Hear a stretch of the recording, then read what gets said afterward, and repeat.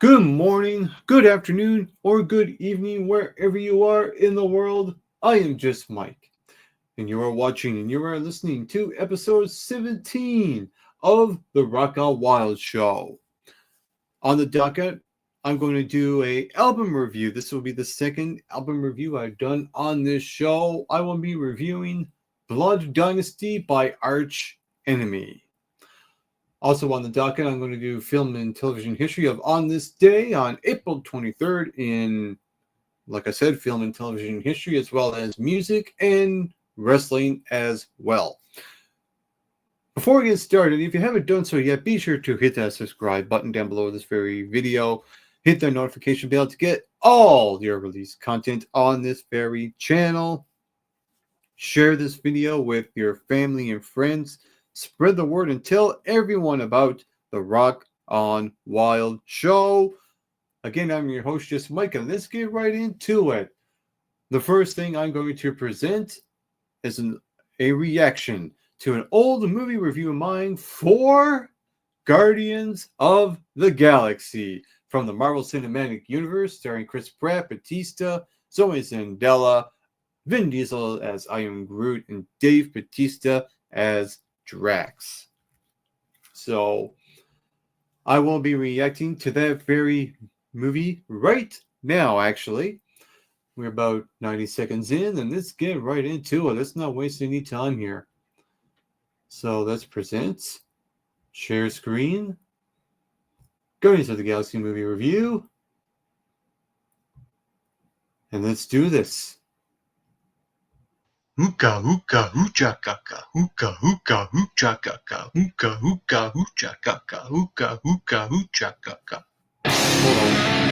I think I might have said that wrong. I think it's hookah, hookah, hookah, chaka, or something along those lines. I can't remember. Hey, what is up, all movie fans in the movieverse? Welcome to the Mike McRotten Movie Review YouTube channel. Right now, I'm going to talk about a movie called The Guardians of the Galaxy, and this takes place 26 light years after Earth, and Peter Quill has been abducted when he was a kid after his mom passes away, and now he's the prime target of a manhunt after discovering an orb wanted by the main villain named Ronan. What I really did enjoy about this film was the acting, and that was definitely one of the key points. The acting to me is everything. Yeah. When it comes to this movie, and this was very entertaining and really funny, and I'll get more into that later on this review. And I like that Peter Quill was the most well-developed main character in this movie. The guy that plays him is Chris Pratt. Chris Pratt, excellent actor. He was great as Peter Quill. Zoe Saldana played Gamora in this movie. She's this green skin colored character who's a badass fighting chick. She was great in this movie as well as a wrestler by the name of Dave Bautista. If you don't know him, he's from the WWE, and he's to me the best wrestler to actor since The Rock. Yeah. And he's really improving in his acting ability. He may not be the best actor in this movie, but he still put on a really good performance as Drax. I am going to pause it there and say that Dave Bautista, since Guardians of the Galaxy, he has gotten much better of an actor. It's insane. I think he is, when it comes to performances, he's actually better than guys like The Rock and John Cena. No joke. Yeah, The Rock, maybe Cena made more money, but Dave Bautista, he's a better actor out of all of them. And Vin Diesel was played by Groot. Or should I say Groot was played by Vin Diesel? Yeah. Either way you can go with it. But I like that Vin Diesel never really spoke at all. And when he spoke, it really felt really cool and goofy in the same time. And you kind of knew what he meant as well when he said that one line, I am Groot. To me, that's definitely the line of the year. Definitely. And you also had the show stealer, the guy that stole the show, the guy that really stood out in my opinion, and that was Bradley Cooper playing Rocket Raccoon. Yep. I loved his voiceover. Love it. I love the CGI And the funny thing is, I never saw any CGI with the raccoon. To me, he felt very real. The raccoon felt really real. He was great. He was outstanding. And he was really funny as well. And so was the cast. To me, the chemistry of all these people felt so great, it just Oh, came natural. fantastic. And to me, this movie was everything natural and organic about it. Yep. And this knew what it was. It knew it was a dramatic movie, Mm-hmm. even though there were a lot of comedy elements. And you can sometimes overlay um, the comedy over everything else and label it as a comedy and still get away with it. And that's what I like about this movie. This movie did not break character, just knew what it was. It was a comedy at the right moments, at the right places, in the right times in the movie. It just felt great.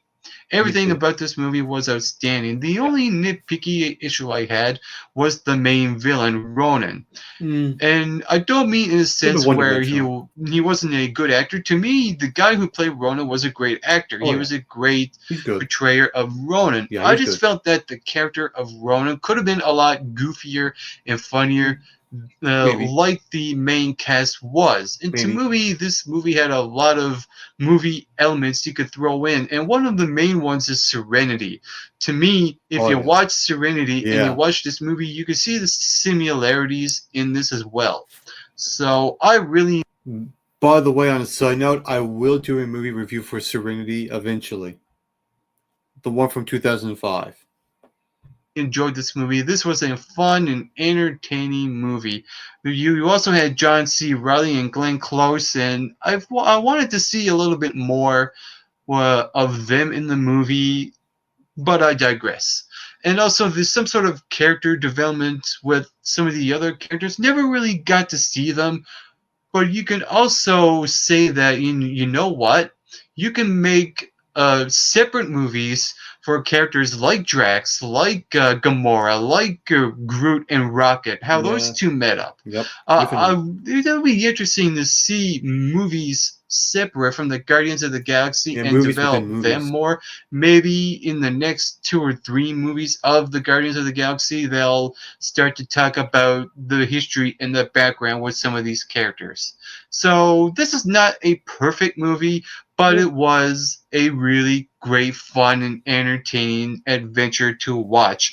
I'm going 96.5 out of 100 points. If you saw Guardians of the Galaxy, feel free to comment below and tell me what did you think of it. And also, with that being said, you can hit that subscribe button down below this video to get Mick Rocked. Mick rocks. Yeah. That was my reaction to my old movie review for Guardians of the Galaxy.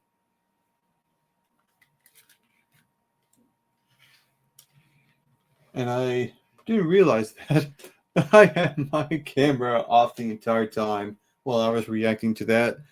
But that's all right. You still get me with the audio reacting to that movie. I have to say, Guardians of the Galaxy, that very first one, is a very special movie. Very special movie within the MCU. And I'm just going to go on a bit of a side note here. What happened to the Marvel Cinematic Universe? It's just not the same as it used to be anymore. That though, like those first two phases were absolutely incredible, like all the way up to Avengers Endgame, and it just kind of went downhill from there. Surely you get the redeeming quality, like a Guardians 3, maybe a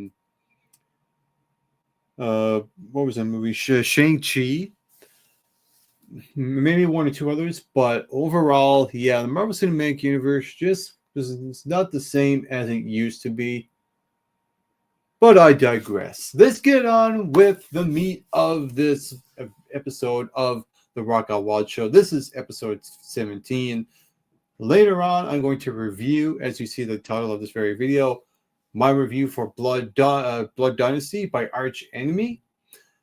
As a teaser, I love this album. Love it.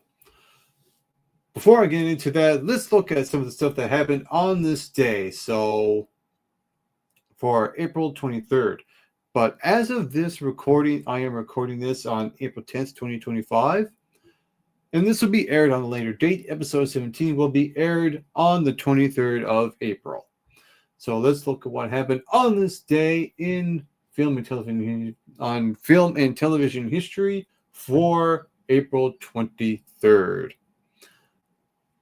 In 1896, Vitascope system of movie projection first shown at Coster and Biles Music Hall, New York City. In 1931, U.S. gangster film The Public Enemy, starring James Cagney and Jean Harlow, premieres. In 1948, KSTP-TV Channel 5 in St. Paul, Minneapolis, Minnesota, ABC first broadcast. In 1953, Shane, directed by George Stevens and based on the 1949 novel by Jack Shaffer, starring Alan Ladd and Jean Arthur, premieres. In 1953, WCOV-TV, Channel 20 in Montgomery, Alabama, IND-CBS, begins broadcasting. In 1964, James Baldwin stage drama Blues for Mr. Charlie, directed by Burgess Meredith, opens at the ANTA Playhouse, New York City, and it runs for 148 performances. In 1969, ABC Masters Bowling Tournament won by Jim Chesney. In 1986, Disney World breaks ground for Victorian-themed Grand Floridian Beach Resort, now known as Disney's Grand Floridian Resort and Spa. In 1989, CBS premieres of fact-based The Littlest Victims, based on Newark, New Jersey physician James Olsky as the first doctor to discover AIDS in children. In 1994, Libertarian Party nominates Howard Stern for governor of New York. Gee, I don't know if I can picture that. Howard Stern for governor of New York. That's just weird, man.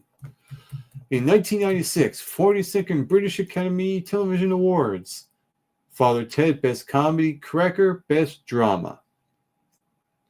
In 1996, 49th British Film and Television Awards. Sense and Sensibility, Best Film. Michael Radford, Best Director.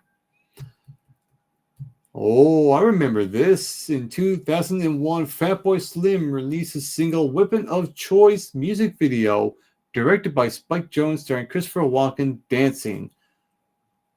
I remember this video like it's an image in my head. You could roll this, you could roll that. In 2005, YouTube's co-founder, Jod Carmen, uploads the first video to YouTube, Me at the Zoo, showing him in front of two elephants at the San Diego Zoo. Has over 311 million views. I gotta say, on the side note here, I started actually using YouTube and actually uploaded a video in 2007, only a couple of years apart from the very first video in 2005. Man, now I'm starting to feel old here. Moving on, in 2013, Star Trek Into Darkness, directed by J.J. Abrams, starring Chris Pine and Zachary Quinto, premieres in Sydney. In 2016, Beyonce releases her sixth album, Lemonade, with a 1-hour film on HBO. In 2018, on April 23rd, Marvel's Avengers Infinity War, directed by Anthony and Joe Russo, starring Chris Evans, Robert Downey Jr., and a large ensemble cast, premieres in Los Angeles, California. I'm just going to let that sink in for a moment.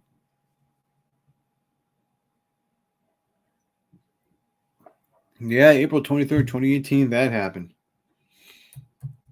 And it's one of the best Marvel, not only one of the best Marvel movies, but one of the best movies of all time. And that's pretty much everything that happened on this day for April 23rd in movies and film. Now let's look at some of the stuff that happened on this day on April 23rd in wrestling history. Starting off in 1979, Ricky Steamboat and Paul Jones snared the NWA Tag Team Champions in Greensboro, North Carolina, with a win over the Masked Superstar and Ken Pantra. In 1988, the Jim Crockett Senior Memorial Cup Tag Team Tournament was held for the last time until its revival in 2019. In the final, Sting and Lex Luger defeated Tully Blanchard and Arn Anderson. In 1990, when the Ultimate Warrior defeated Hulk Hogan to win the WWF Championship at WrestleMania 6, he was immediately forced to vacate the Intercontinental Championship with a tournament set to crown a new champion. The first 3 quarterfinal matches were taped on April 23rd for WWF Superstars in Austin, Texas. WWF also taped the final of the tournament with Mr. Perfect emerging as the winner and the new IC champion, which was aired on May 19th. Don't tell Kane that. However, WWF didn't tape the 4th and final corner match until the next night on April 24th in San Antonio, Texas, which was a match between Rick Martel and the Hot Rod himself, Roddy Piper, which ended in a double disqualification that aired on May 13th. This meant Perfect and Santana automatically got a bye to the final, and that the tournament had already ended before all the quarterfinal matches have actually took place. That's interesting. Very interesting. In 2006, TNA Lockdown was held at the Impact Zone in Orlando, Florida. The main event was a lethal lockdown match that saw Sting's Warriors, Sting, AJ Styles, Rhino, and Raw and the Truth Killings defeated Jarrett's Army, Jeff Jarrett, Scott Steiner, Chris Harris, and James Storm. Sorry about your damn luck. In the year 2007, on April 23rd, WWE Raw was taped from Earl's Court in London, Jolly, England.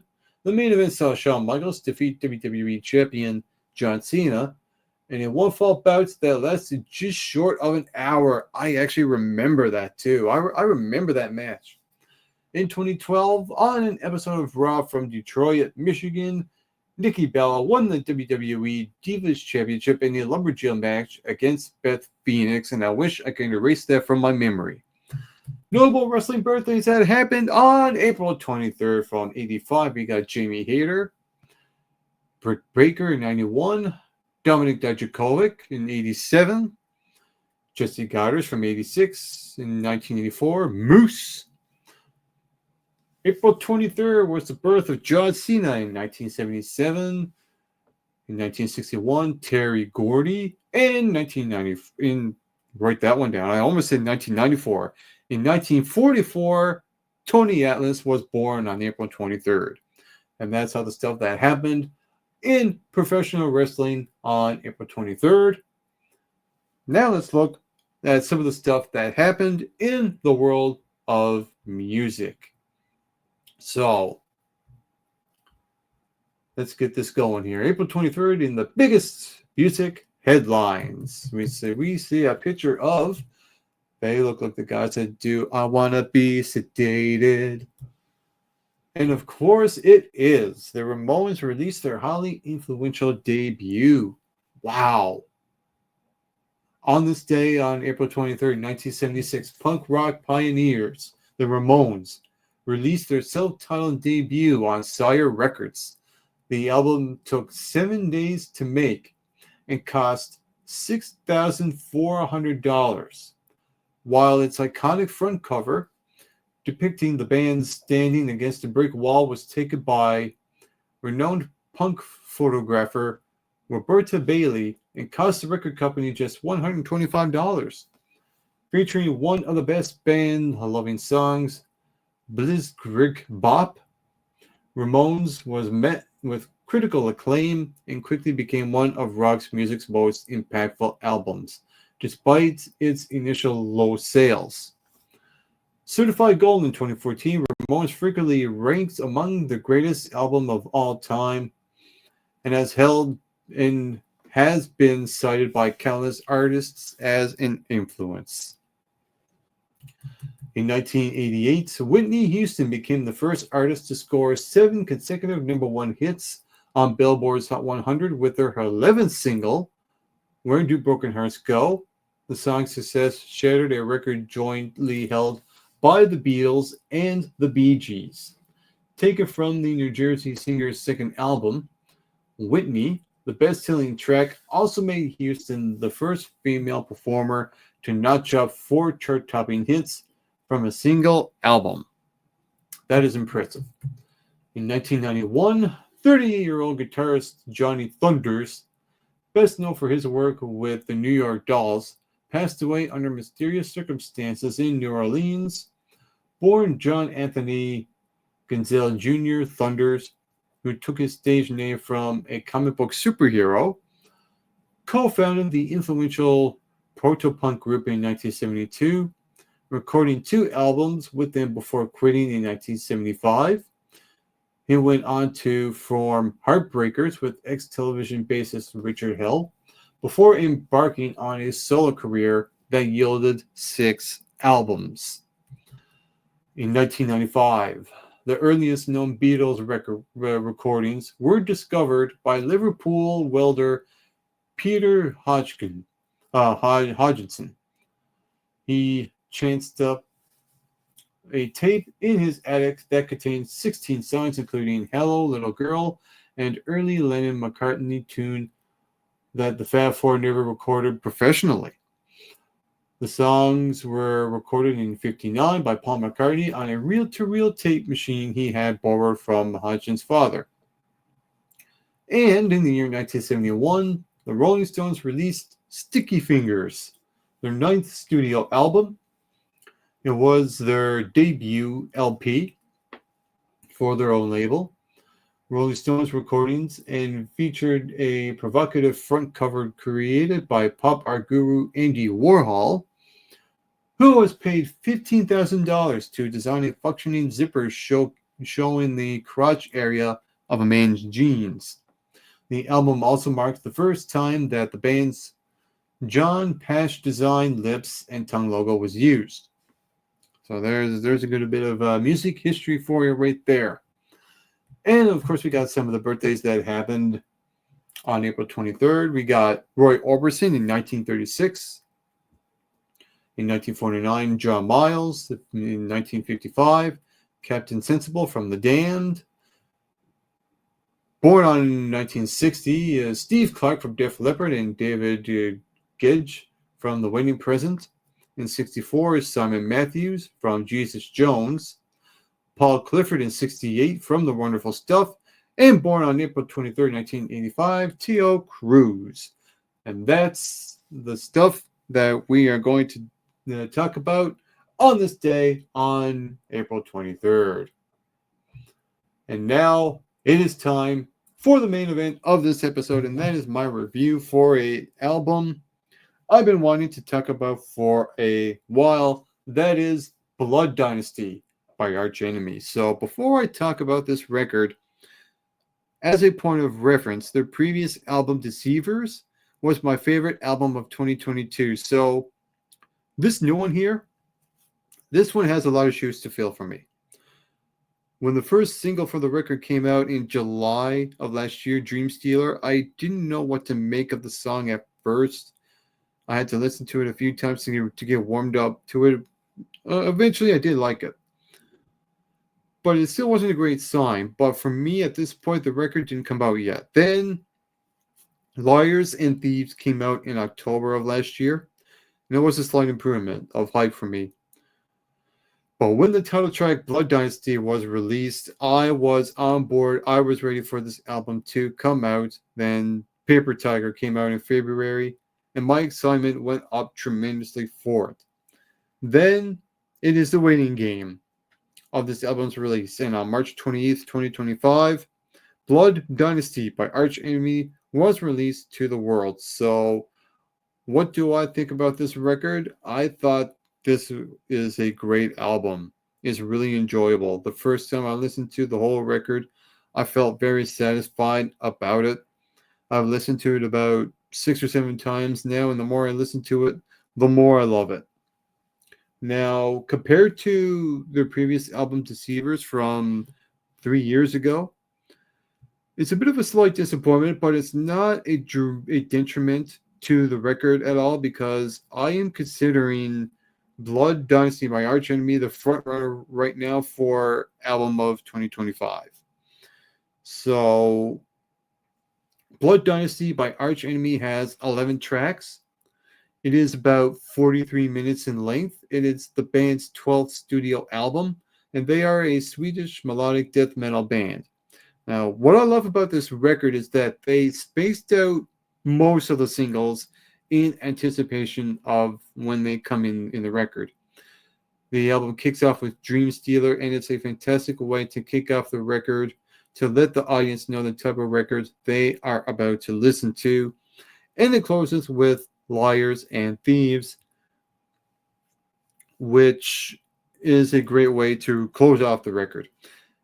Now, as far as favorite songs go, I have to go with those two songs, Dream Stealer, Liars and Thieves. But also songs like Blood Dynasty, Paper Tiger are really, really good. As far as songs that are now singles, A Million Suns is really, really good. And the cover song Viva Libre, which is sung in French. Now, Viva Libre really stands out to me. This actually stands out on this record as maybe the best song on this record because it's so different from the rest of the tracks here.